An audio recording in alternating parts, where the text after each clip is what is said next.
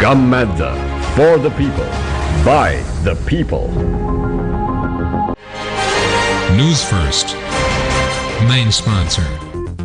Earn a higher interest rate of 23% for 8 months fixed deposits. LB Yasa Isuru.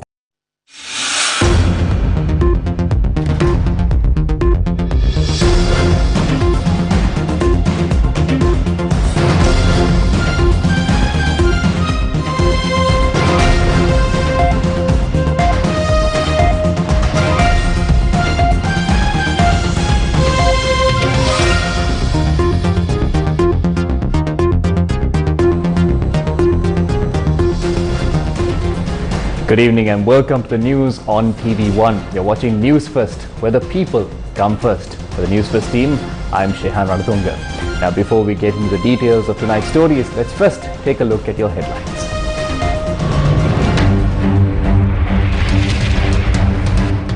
Ranjan released on conditional presidential pardon.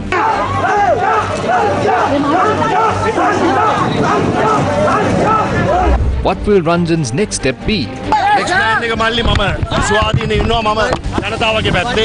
Manusha appoints Ranjan as an ambassador. Opposition leader calls for restoration of Ranjan's political rights. Petition filed challenging Basanta Mudalige detention order. 7 Aragalaya activists including Danish Ali released on bail. Suspect who stole bedsheet from President's house further remanded. Minister Tiran gives police green light to curb the underworld. Japan steps up discussion with creditors.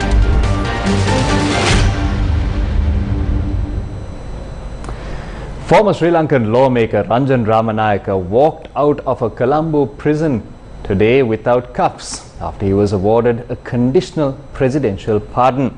Now, a statement from the President's media division noted that the pardon will be subject to the conditions that Ranjan Ramanayaka no longer makes any statement that is in contempt of court and does not act in such a manner.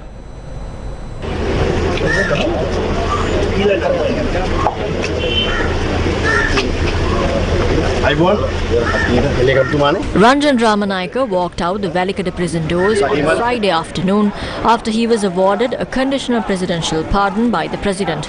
A celebratory mood ensued outside the Valikada prison to welcome Ranjan Ramanayaka, who was in prison for more than a year for contempt of court.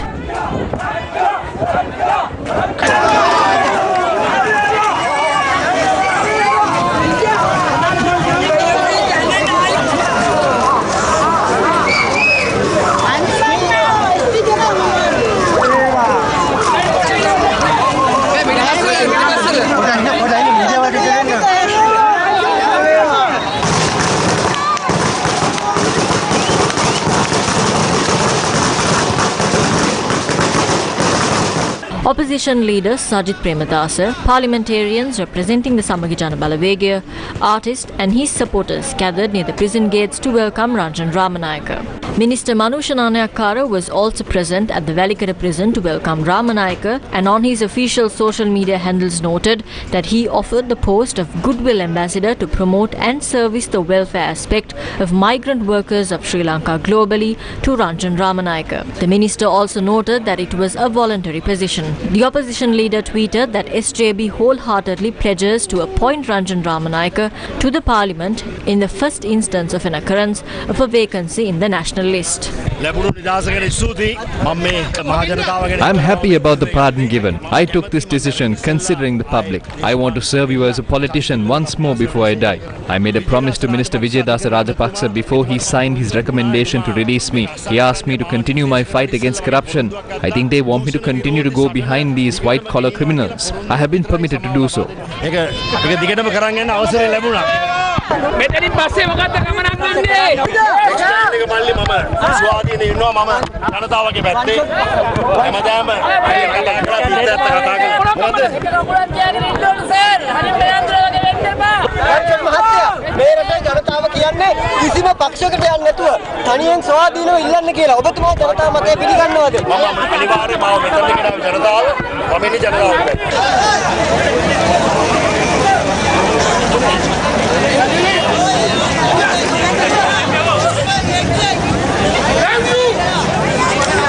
Ranjins!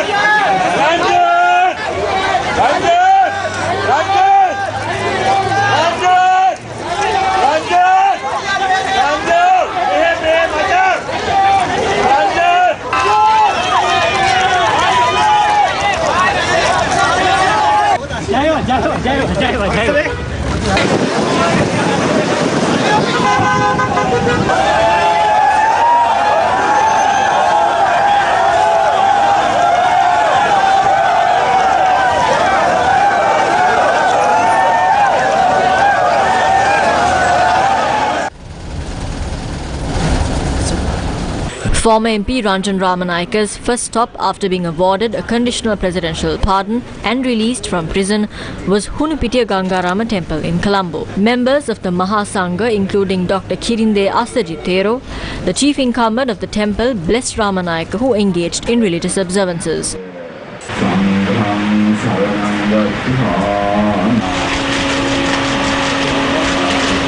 Ranjan Ramanayaka, who was serving time for contempt of court, apologized to the court via an affidavit on Thursday. Following his apology on Thursday, President Ranil Wickremesinghe signed the conditional presidential pardon document on Friday morning. A statement from the President's media division noted that the pardon will be subject to the conditions that Ranjan Ramanayaka no longer make any statement that it is contempt of court and does not act in such a manner.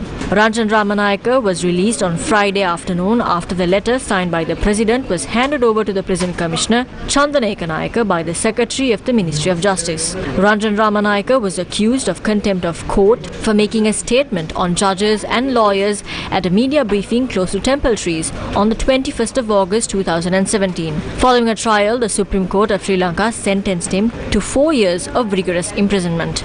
Accordingly, he was imprisoned on the 12th of January 2021 and was detained in Angunakola Palace prison for a short period of time and then transferred to Valakada prison. Ministers Harin Fernando and Manushananyakara commented on the release of the former MP Ranjan Ramanayaka. Minister Harin Fernando tweeted that he is happy his friend is free. The tweet reads, "I am glad of the political decision I took. When you do your part, you don't have to prove them in pictures and on media. Glad my friend Ranjan Ramanayaka is free. That is all that matters to me. Thank you." The release of Ranjan Ramanayaka was the second condition we made when we joined hands with Ranil Wickremesinghe. This process commenced the very day Ranil Wickremesinghe took oath as president. When we joined hands with this government, we pledged that Ranjan Ramanayaka will taste freedom once again. We are thankful to Ranil Wickremesinghe for keeping his promise. We are also thankful to Vijayadasa Rajapaksa. The former lawmaker Ranjan Ramanayaka spoke to reporters for the first time since his release at a media briefing in Colombo today. Ranjan Ramanayaka spoke to the media along with opposition leader Sajith Premadasa at the office of the opposition leader. We are thankful to the President, Justice Minister and all those who worked tirelessly to secure the release. However, we are being told that this is not a full pardon for Ranjan Ramanayaka. We call on the President and the government to grant a full pardon with all political rights. ගරු ජනාධිපතිතුමාටත් මේ රජයටත් රංජන් රාමනායක මැතිතුමාට සියලුම දේශපාලන අයිතිවාසිකම් සහිතව ඒ නිදහස ලබා දිය යුතුයි. යම් යම් විෂයන් ගැන කතා කිරීම සපුරා තහනම්. I am prohibited from speaking on certain matters. If I violate the conditions of the pardon, the suspended prison term imposed on me will come into effect again, which means I would have to serve time for another 5 years. There are things that are subject to conditions. I love to speak like I used to, but I cannot. I am programmed to speak the truth, and unfortunately, I am now forced to keep those matters to myself. I would like to thank President Ranil Wickremesinghe for signing the conditional presidential pardon. The opposition leader made repeated requests from former President Gotabaya Rajapaksa on this. He repeatedly ignored those calls and granted a pardon to a man who killed 4 people as part of an organized crime. I'm not sure if I'm permitted to say that. තුමා එක දිගට මග ඇරලා organized crime එකක 4 දිනක් පාරේ මරපු කෙනෙක්ට ජනාධිපති සමාව දුන්නා. ඒක වැරදුනා දැන් ඒ කියන්න පුළුවන් දැන් සමාව. පුළුවන් ඒ given right. ඒ වගේ කෙනෙක්ට ජනාධිපති සමාව දුන්නා මට දුන්නේ නැහැ. අපිව රස්තියාදු කළා. He was given a pardon, but I wasn't. My time was wasted. At times I was told to have my clothes prepared in Angunakola Palace, noting that the fax is due to be received. I was deceived in such ways. From the day I was imprisoned, opposition leader Sajith Premadasa protested for my release. He spoke with Minister Ali Sabri to move me out of Angunakola Palace. When I had to sleep on the floor, he took steps to provide me with a mat, and then a mattress, and also a chair. It was he who looked into my transfer to Colombo to pursue higher studies.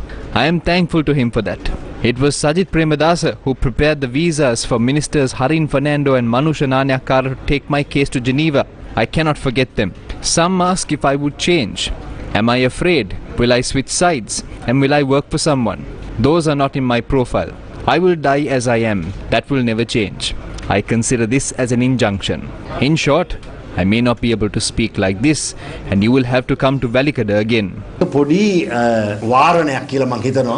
වැඩි කිව්වොත් අපිට ආයේ මේ වගේ press එකක් කරන්න වෙන්නේ නැහැ. ආයේ ඔයගලන්ට වැලිකඩ ඉස්සරහට එන්න වෙනවා. මුලදී අර කුණුවටේ කතාව කිව්ව හින්දා මම ඒකේ පොඩි නිකුවක් ගන්න පොඩ්ඩක්. මල්ලි ගෘෂ ගැන ඇහුවත් කමන්නේ නැහැ. විලියම් කුමාරයා ගැන ඇහුවත් කමන්නේ නැහැ. අසඩක් ගැන නම් අහන්න එපා මල්ලි. ඒ වගේම අපි දැක්කා එතෙන්ට මනුෂ්‍ය නායකකර මහත්තයත් ආවා. ඔව්. කූතියල එළවුවා. I cannot state that he did not appear for me. He did appear for me. The second clause in their documents to the president was my case. Harin worked with him.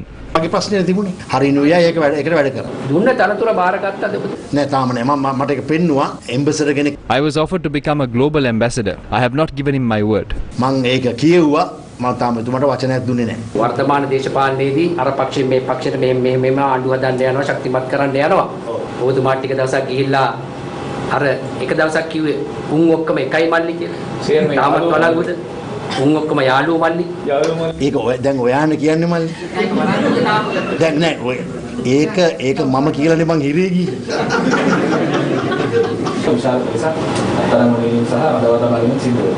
මර්ධනයක් ක්‍රියාත්මක වෙනවා බව දකින්නවද? ඒක ගැන මොකද්ද හිඟහැටෙන්නේ? ඒක ගැන මොනවද දුන්න කෙනෙක්? ඒකට මුලින්ම මල්ලිවා ප්‍රශ්නේ හද්දි මට හරිම උත්තරේ ඔලුවට එනවා. එතකොට මට ආයේ දඬුවම මතක් වෙනවා. ඊට පස්සේ මම ඒක පොඩ්ඩක් මේ හීලා කරලා දෙවෙනි උත්තරේ හදා ගන්නවා. ඒක බොරුවක් මල්ලි දෙවෙනි උත්තරේ. ඊට පස්සේ තුන්වෙනියට අර අයිස්ක්‍රීම් විකුණන මිනිහෙක් වගේ ෂේප් කරලම බොරුවක් කියනවා. ඒක ඊටත් වඩා බොරුවක්. නෝ කමෙන්ට්ස් මල්ලි. දැන් ඔබතුමාට මෙවැනි නිදහසක් ලබා දුන්නේ ඔබතුමා හිතන්නේ නැද්ද? ඒ පැත්තට ආවට පස්සේ පූර්ණ නිදහස ලබා දෙන්නම් කියලා හිතලා. ඒක අහන්න ඕනේ ඒ පාර්ශ්වයෙන් නේද මල්ලි? ඒතර මේ දැන් ඔබතුමා දේශපාලනයට එනවද?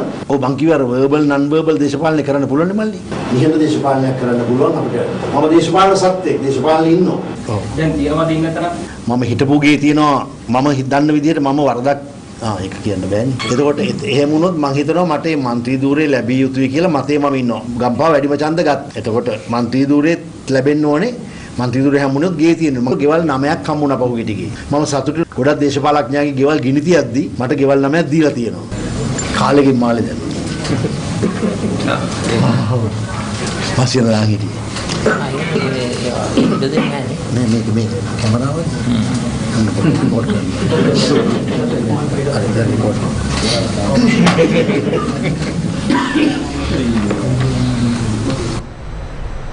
Now, the former MP Ranjan Ramanayaka in the meantime visited the Madivella residence late this evening.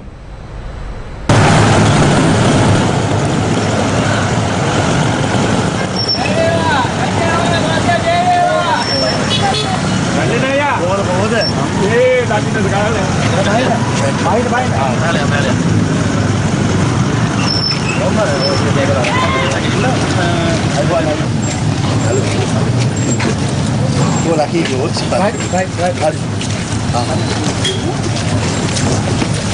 Over there.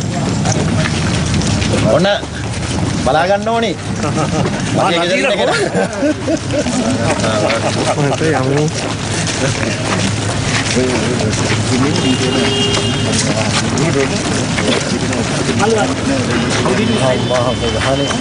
ප්‍රේමෙන් කොහමද ප්‍රේමරත්න?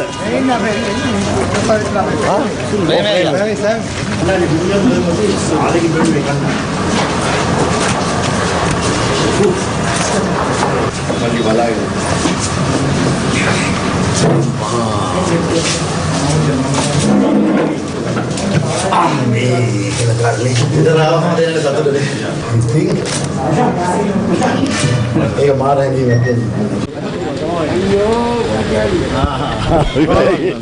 ඔය අසල්වැසියා. Now in other news, the Norwegian government has lifted the travel advisory on Sri Lanka. The Norwegian Ministry of Foreign Affairs has cancelled the travel advisory which advised against all travel to Sri Lanka that is not strictly necessary. The travel advisory was introduced on the 11th of May as a result of violent demonstrations, curfew and a state of emergency in several parts of the country. Norwegians who plan to travel to Sri Lanka are encouraged to bring the necessary medication and make sure that hotels and transport have access to enough fuel during their stay. In the meantime, the UK Foreign Office has relaxed the travel advisory to Sri Lanka. The UK Foreign Office has lifted its advice against travel to Sri Lanka ahead of a state of emergency in the country coming to an end on Saturday the 27th of August. Despite the easing of travel restrictions, the UK Foreign Office still warned Sri Lanka is experiencing a severe economic crisis which has led to a shortage of basic necessities. It further warned that protests about the economic situation have led to violence against peaceful protesters in recent months, resulting in injuries and loss of life. A fundamental rights application was filed today challenging the detention of the IUSF convener.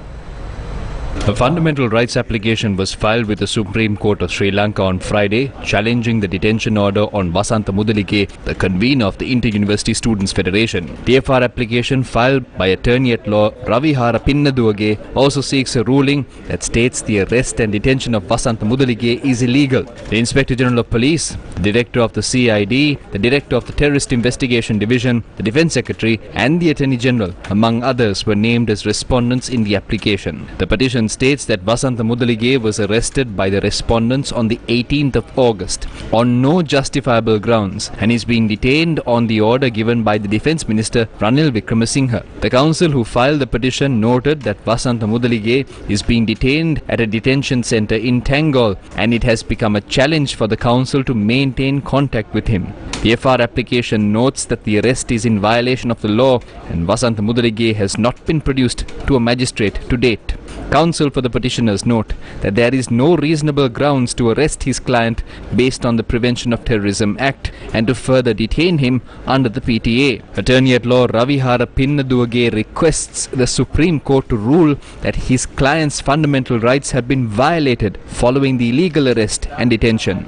The petition also requests an order to produce Vasantha Mudalige to the nearest magistrate and also seeks an order on the respondents permitting counsel to meet with their client. The petition, in addition, requests for Vasantha Mudalige to be produced to a judicial medical officer immediately, for a report to be called for, and for an investigation to be carried out by calling for all the documents on the arrest and detention. Now, 7 suspects who were remanded for unlawfully entering the president's house were granted bail today. Aragalaya activist Danis Ali and 6 others who were arrested and remanded for unlawfully entering the president's house were released on bail on Friday by Fort Magistrate Tirina Gamage. 2 other suspects, Lahiru Weerasekara and another, were released on personal bail of 500,000 rupees each after they appeared in court on Friday. A man who was charged with unlawfully entering the president's house and stealing a bedsheet was returned to remand custody, where he will stay until the 9th of September. The suspects who were released on bail today were barred from travelling overseas by the court. The magistrate orders that all suspects released on bail must report to the Colombo Central Crimes Investigation Bureau on the final Sunday of every month. The Colombo Central Crimes Investigation Bureau has arrested 36 suspects on the charges of unlawfully entering the president's house and causing property damage, and 35 of them were released on bail. Several other suspects, including Reverend Father Jivanta Piris, who are also out on bail, appeared in court on Friday. අද දිනේ තමයි ගයන් ප්‍රදීප් කියන සැකකරුවාව ඉදිරිපත් කිරීම සිද්ධ කරේ. Suspect Gayan Pradeep was presented to courts today. The only evidence they gave against him is the bedsheet that is in his possession. Police informed the courts that they need to conduct a special investigation to determine whether this bedsheet was indeed from the president's house. Therefore, he has been detained until the 9th of September. They are now having inquiries about women's sanitary wear. Now they are presenting bedsheets as evidence. If they have evidence regarding any property damage, that is what they should present. They say that they have video footage for 200 kilobytes. Look into that, conduct investigations and arrest those people. ඒක නිරීක්ෂණය කළ විමර්ශන කටයුතු අවසන් කළාම වුන් අත්අඩංගුවට ගැනීම සිද්ධ කරන්න. අපි දන්නවා මේ රටේ මිනිස්සුන්ගේ සල්ලි හොරා කාපු බදු අංචා. Police are presenting a youth to courts accusing him of stealing a bedsheet from the president's house at a time when people who looted money, commit tax fraud and renovated their parents' graves from public funds remain scot-free. What is this joke? The Aragalaya was made up of lawyers and artists. The Ranil Rajapaksa government must be aware that they are very much active in the Aragalaya. තාමත් අරගලෙත් එක්ක ඉන්නවා කියන පණිවිඩය ළඟදිම රනිල් රාජපක්ෂ ආණ්ඩුවට දැනගන්න ලැබි. කිසි වෙලාවක අපි ආපස්සට යන්නේ නැහැ. ඒ වගේම අපි නීති We will not back down at any given point. We will not evade the law either. We are not afraid. We will bring our struggle to the streets and we will do that democratically. Not alone, but as a people's movement. Therefore, we tell Ranil and the Rajapaksas, it's okay. Play your pretty little games. Let's see who comes on top. We are here to win. බලමු මේ match එක කවුද දිනන්නේ කියලා. අපි ආවිල්ලා තියෙන මේ match එක අනිවාර්යයෙන්ම දිනන්න. Argale activists Piyat Nikeshala and Venerable Balangoda Kasapathero were arrested and remanded for unlawfully entering the Prime Minister's office and causing property damage were released on a personal bail of 500,000 rupees each. The suspects were arrested by the Criminal Investigations Department and bail was granted following an application made by the Council for the suspects. The case will be called up again on the 12th of October 2022.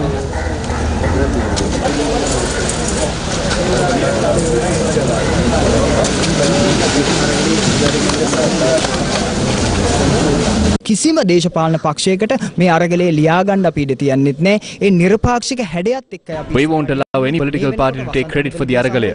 We will continue it as an independent movement. They have already detained Vasant Mudalige and Senadi Guruge and they are plotting to further detain more independent activists who participated in the Aragalaya. We would like to ask Ranil Wickremesinghe whether the country gets dollars or the GSP plus relief by putting us behind bars. What you should focus on right now is to restore our economy. You have no ethical right to hold the presidency. You came to power by buying the vote of the 225 members of this parliament. Therefore, we remind Ranil Wickremesinghe again that none of the people who participated at the Aragalaya are ready to accept you as the president. ඔබ ජනාධිපති විදිහට පිළිගන්නේ නැහැ. අපිට පුද්ගලයොත් එක්ක කිසිම ප්‍රශ්නයක්. We have no personal grudge with any of them. We are concerned about the way you rule this country. As youth, we started this Aragalaya to change that system. We won't stop this Aragalaya until we change this system. A person lodged a complaint with the CID regarding the recent statement made by SLPPMP Sanath Nishantha. If we look at the statements in its entirety, there appears to be a clear case of contempt of court as well as a suggestion to act disregarding the legal system of the country. It is the citizens' right to protect the law and judicial system of the country. Therefore, we have filed a complaint in this regard. Please conduct an investigation into this statement and take appropriate action.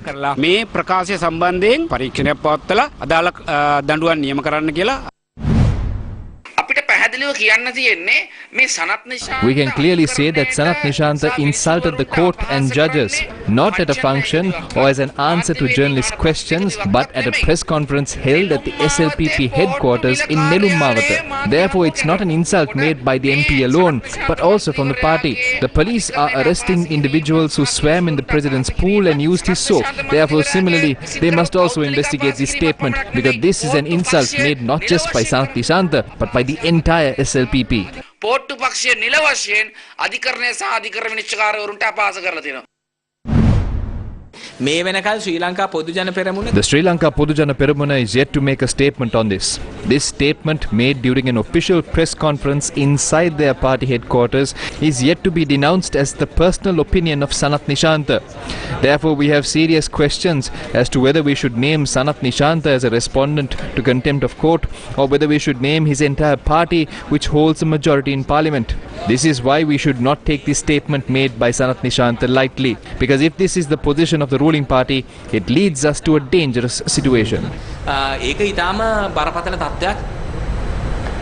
More news heads your way shortly, but first let's cross over for a short commercial break.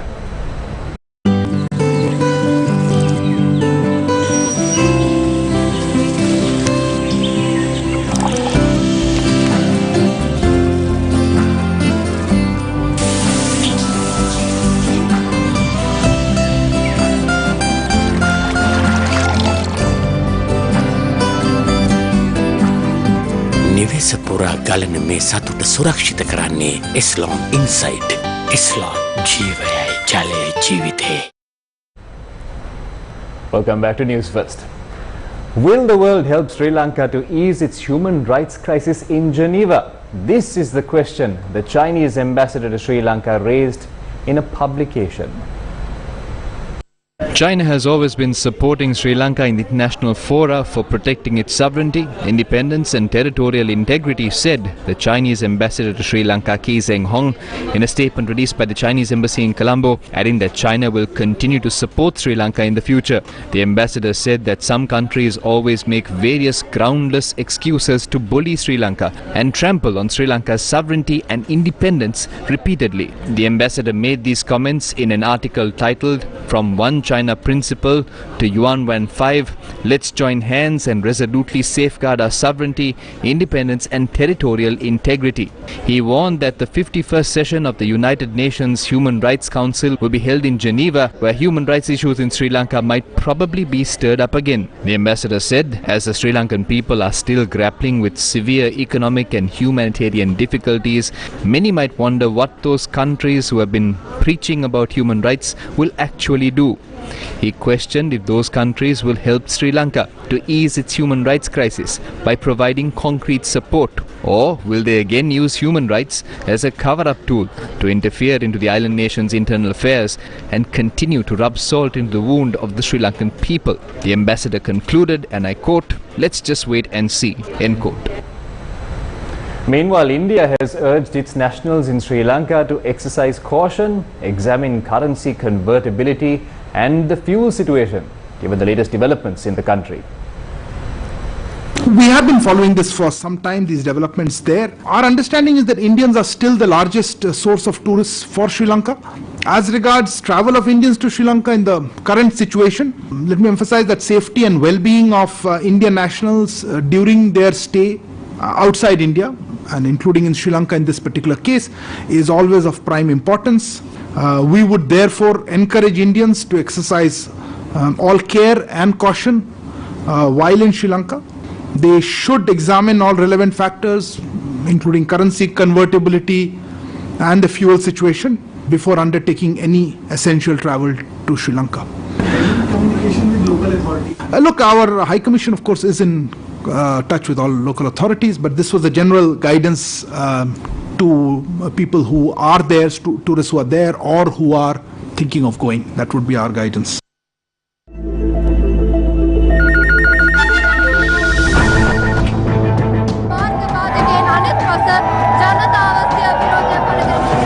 With over 2 billion YouTube subscribers, the most visited Facebook page, an island-wide network of correspondents with island-wide broadcast capabilities. News First, with the people. Welcome back. Now, Reuters reported that Japan is seeking to organize a Sri Lanka creditors conference, hoping it could help solve the South Asian nation's debt crisis. However, sources quoted by Reuters said uncertainties cloud the outlook for any talks.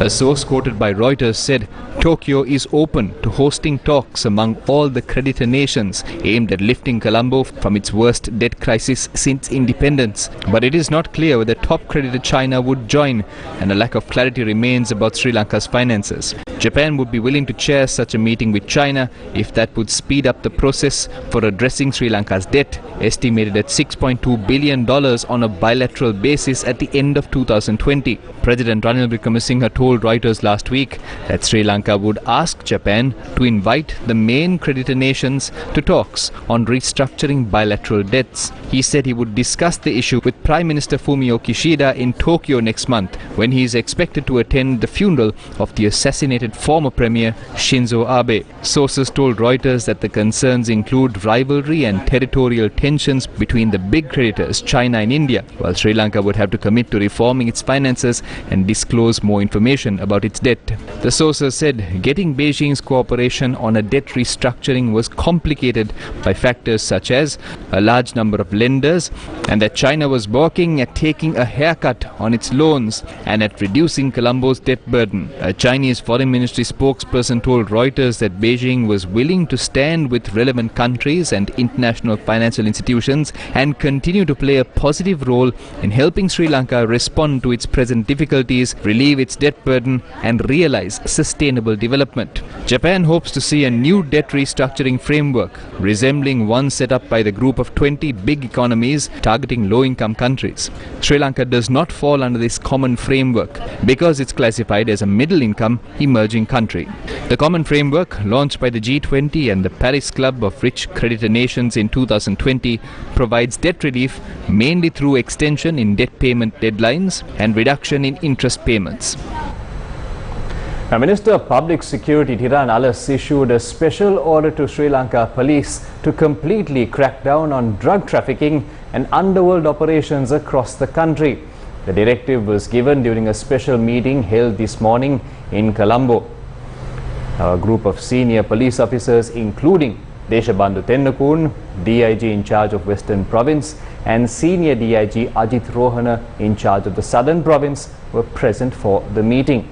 Sri Lanka Police said the minister gave clear instructions to the top brass to use full force to crack down on drug trafficking and the underworld criminal activity.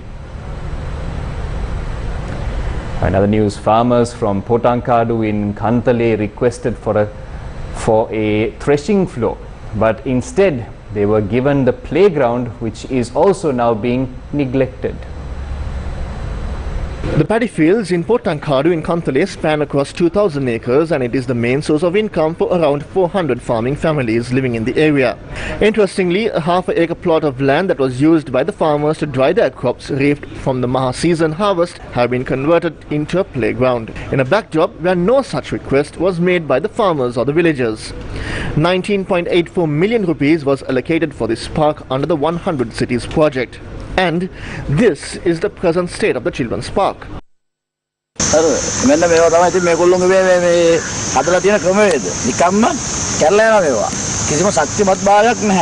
One end of this playground faces the vast paddy lands of Potankadu and the other faces the irrigation waterway. And the villagers state a playground is not necessary for this site. They initiated a project to build a jogging track here 1.5 years ago. We were able to put a stop to that. Now they built a children's park here in Potankadu.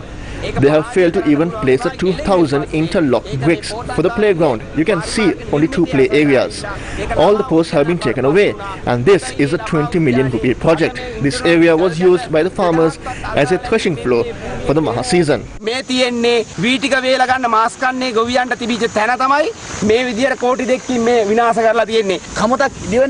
built a children's park where farmers dry their paddy. You can see how unsafe this park is. Who wasted public funds by investing in such projects that are of no use to anyone? Shouldn't the kamata or threshing floor requested by the farmers be prepared at least now? We'll be back shortly, right after this commercial break.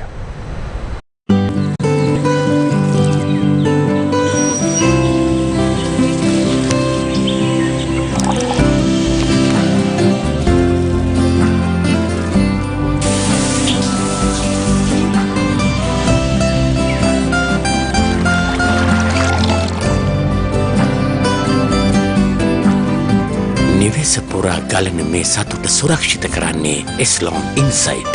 S-lon ජීවයයි ජලයේ ජීවිතේ. News First with the people. Now, the United States of America is donating 3,000 metric tons of food for Sri Lankan children.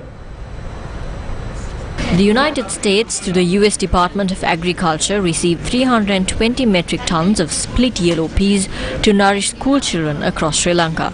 The donation is part of a large one of 3,000 metric tons of food. U.S. Ambassador Julie Chung, Dr. Susil Premajayantha, Minister of Education, and representatives from the Ministry of Health, the National Planning Department, and Save the Children attended the handover ceremony. Ambassador Julie Chung said this donation from the American people targets the most vulnerable Sri Lankans, children, and enables them to focus on their schooling rather than on their hunger. The shipment is part of the USDA McGovern-Dole International Food and Education and Child Nutrition Program, a 5-year, $26 million project aimed at providing immediate emergency assistance to the food insecure to improve literacy and attendance by reducing hunger. The donation reflects the US's largest effort to scale up food security operations worldwide to provide record amounts of immediate immediate emergency assistance in order to save lives and alleviate suffering. Now, government embarked on another community project today. ඉස්කෝලේටලා ගොඩක් අමාරුවෙන් තමයි ඒගොඩට එන්නේ සපත්තු ගලවලා එන්න ඕනි ආයෙත් යනකොට දාගෙන යන්න ඕනි. This is a young voice from Veldania, a remote village in the Kegol district. In the midst of all the difficulties, Gammadda made its way to this village that is surrounded by nature and its beauty.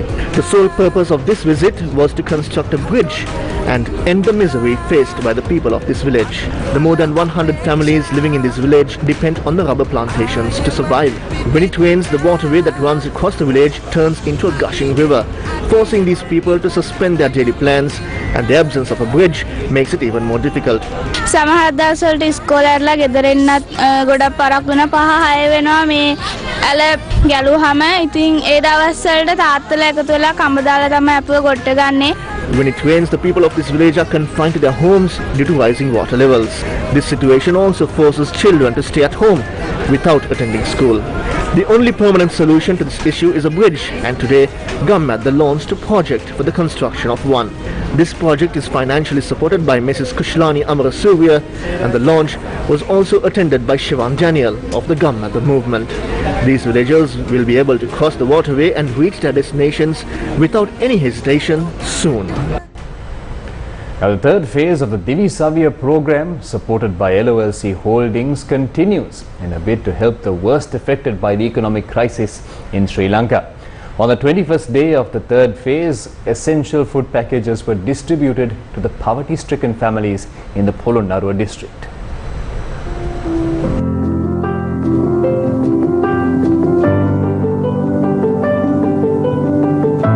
The third phase of the Divi Savya program in the Polonnaruwa district took place at the Dimbulagala Divisional Secretariat on Friday.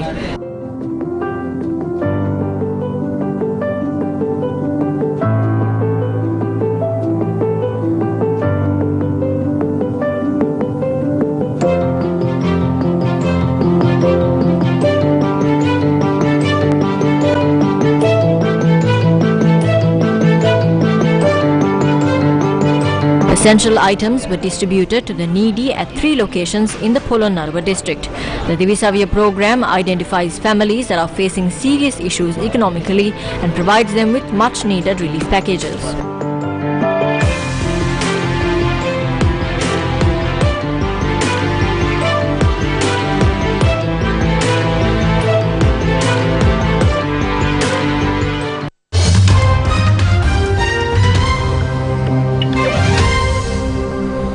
Following up with the Ukraine-Russia conflict, President Volodymyr Zelensky stated Europe faced the prospect of a radiation disaster on Thursday when a Russian-occupied nuclear plant was disconnected from Ukraine's power grid. He further said it was only due to backup electricity kicking in that the Zaporizhia plant was able to operate safely. Fires had earlier damaged overhead power lines, cutting the plant off. There is growing concern over fighting near the complex, which is the largest nuclear plant in Europe. According to foreign media, President Zelensky warned on Thursday night if the diesel generators hadn't turned on, if the automation and our staff of the plant had not reacted after the blackout, then we would already be forced to overcome the consequences of the radiation accident. Ukraine's state nuclear agency said the damages caused by the fire had interfered with the power lines connecting the plant on Thursday, temporarily cutting Zaporizhia off the national grid for the first time in its history. Kyiv officials added that as a result, the station's 2 working power units were disconnected from the network. The state nuclear company said work was underway on Friday to try to reconnect the reactors to the grid. Zaporizhia's other 4 reactors have been out of action for most of the war. Satellite images taken on Wednesday showed an extensive fire burning in the immediate vicinity of the nuclear complex. President Zelensky blamed the damage on Russian shelling and in his nightly address accused Moscow of putting Ukraine and Europe one step away from disaster. And that's it from the news for tonight on TV1. For the Newsfirst team, I'm Shehan Ranapunda. Thank you for watching and God bless.